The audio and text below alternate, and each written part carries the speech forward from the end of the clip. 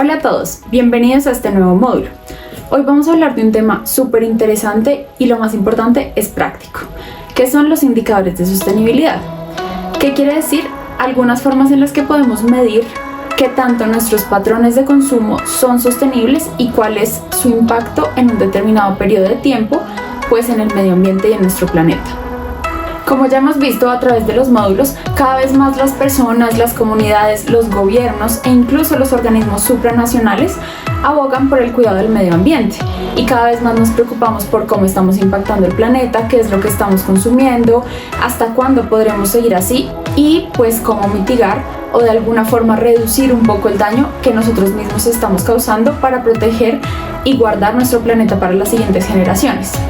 Pues es aquí donde entran los indicadores o los sistemas de medición en acción. Debemos primero saber qué tan grande es el impacto de algo y saber cuantificar el problema para poder crear soluciones o alternativas de mitigación, claro está, o si no, no sabríamos de qué tamaño tendrían que ser estas alternativas. Y además de lo anterior, a la hora de implementar soluciones y tratar de reducir un poco el daño o el impacto que estamos causando en nuestro planeta, debemos también poder medir la efectividad de estas mismas soluciones, porque de otra forma no podríamos estar seguros si efectivamente están o no funcionando las medidas adoptadas y en qué proporción, y simplemente sería un esfuerzo, digamos que en el aire, que se desgastaría con el tiempo y dejaría de implementarse. ¿Cuántas veces no hemos escuchado que algunas personas piensan, por ejemplo, o que dicen, ay no, al utilizar bolsas de tela que son reutilizables para hacer el mercado, en lugar de bolsas plásticas, o la gente que tiene cepillos de bambú en lugar de cepillos de dientes convencionales, simplemente están gastando dinero y energía porque igual no van a hacer ninguna diferencia con su cepillo de bambú o con su bolsa del supermercado? Pues precisamente qué chévere sería y qué motivante para difundir un ejemplo propio, un caso de éxito, poder medir el cambio que yo mismo estoy generando o que un grupo de personas o una familia estamos generando para cambiar algunos hábitos e implementar soluciones pues que permitan reducir en alguna medida la destrucción de nuestro planeta o la inevitable tragedia de los comunes que ya vimos en módulos anteriores. Pues ahora, para entrar en materia, hablemos de los principios de Daly.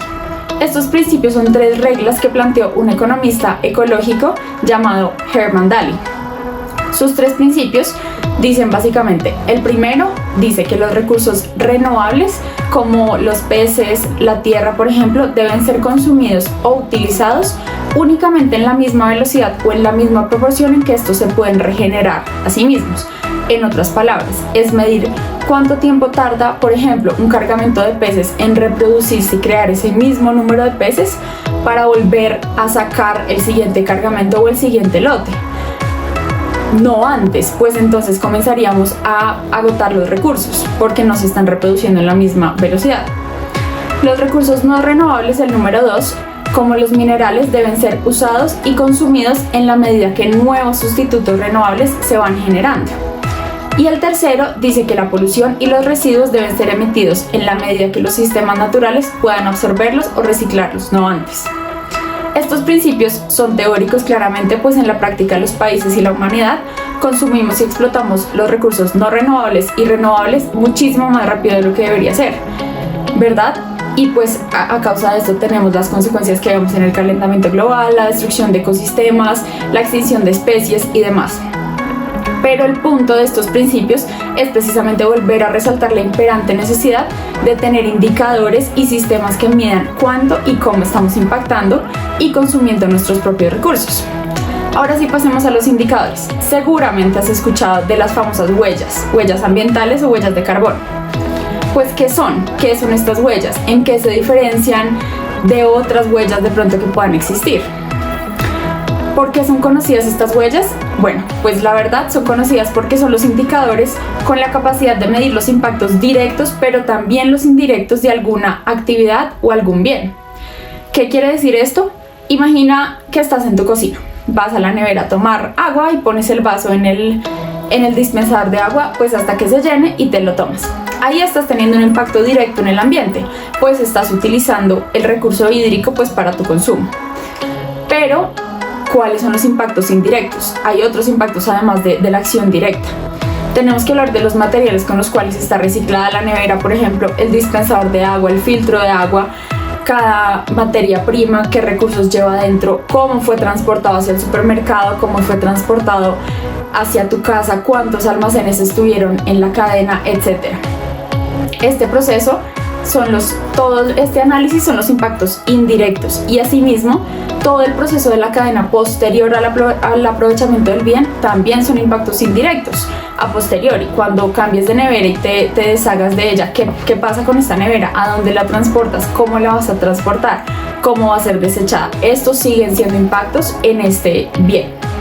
Entonces hablemos ahora de la huella ecológica, que es de donde provienen las demás huellas. Esta huella mide la cantidad de superficie de tierra necesaria para proporcionar y absorber los recursos y residuos necesarios para una actividad determinada o un bien o servicio determinado.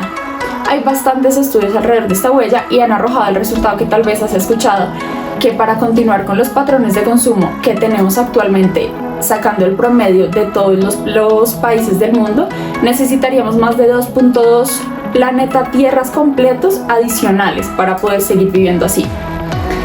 Esta huella dio paso a que surgieran otro tipo de indicadores. ¿Y por qué? Pues al medir la cantidad de tierra o superficie que es necesaria, por ejemplo, y hacer comparativos entre los países, no siempre esta medición resultaba tan justa, pues o no medía adecuadamente el impacto de la sostenibilidad de un país a otro, porque por ejemplo hay países mucho más densos en términos poblacionales, lo cual hace que su huella sea más alta porque hay menos superficie de tierra disponible para cada persona, entonces el indicador sale más alto.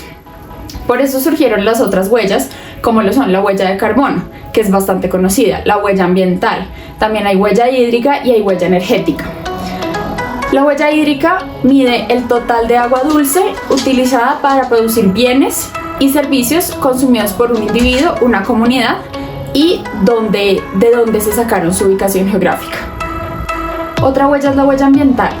Esta cuantifica el desempeño ambiental durante todo el ciclo de vida de un producto o una actividad o un bien o un servicio. ¿De qué estamos hablando cuando decimos desempeño ambiental? Pues este desempeño ambiental se compone de 14 categorías de impacto, en donde se encuentran, por ejemplo, el agotamiento de recursos hídricos y el cambio climático, es otra dimensión. Entonces podríamos decir que esta huella ambiental mide internamente también la huella hídrica y la huella de carbono. Es como una huella que está por encima. La huella energética, como la huella hídrica, mide el consumo específico de energía que requiere un producto, una actividad o una organización en un territorio determinado y en un tiempo determinado para su uso o su consumo.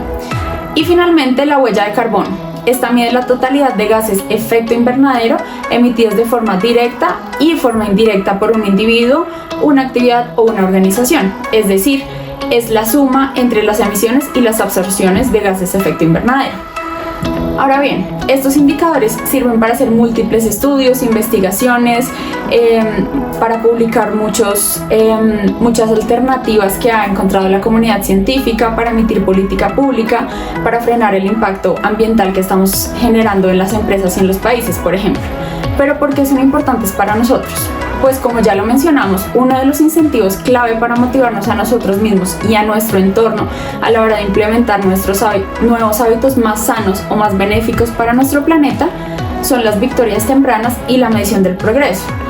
Y con la medición de estos indicadores, pues esto claramente no es fácil, pero hoy tenemos muchas herramientas tecnológicas a nuestro alcance en donde podemos calcular, por ejemplo, nuestra huella de carbono, la huella de carbono de nuestro hogar en minutos, es facilísimo.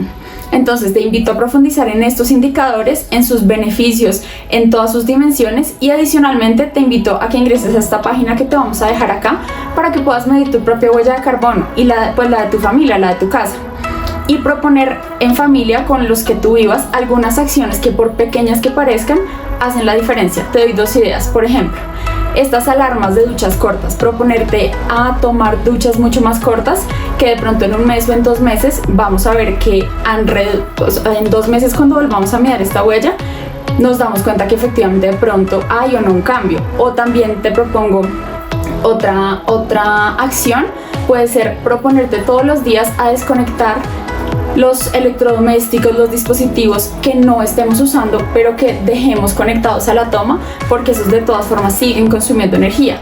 Hacer este pequeño cambio de pronto en un mes vamos a poderlo medir posteriormente si estamos o no reduciendo nuestra huella. Te invito a hacer esta actividad y a comentarnos cómo te fue.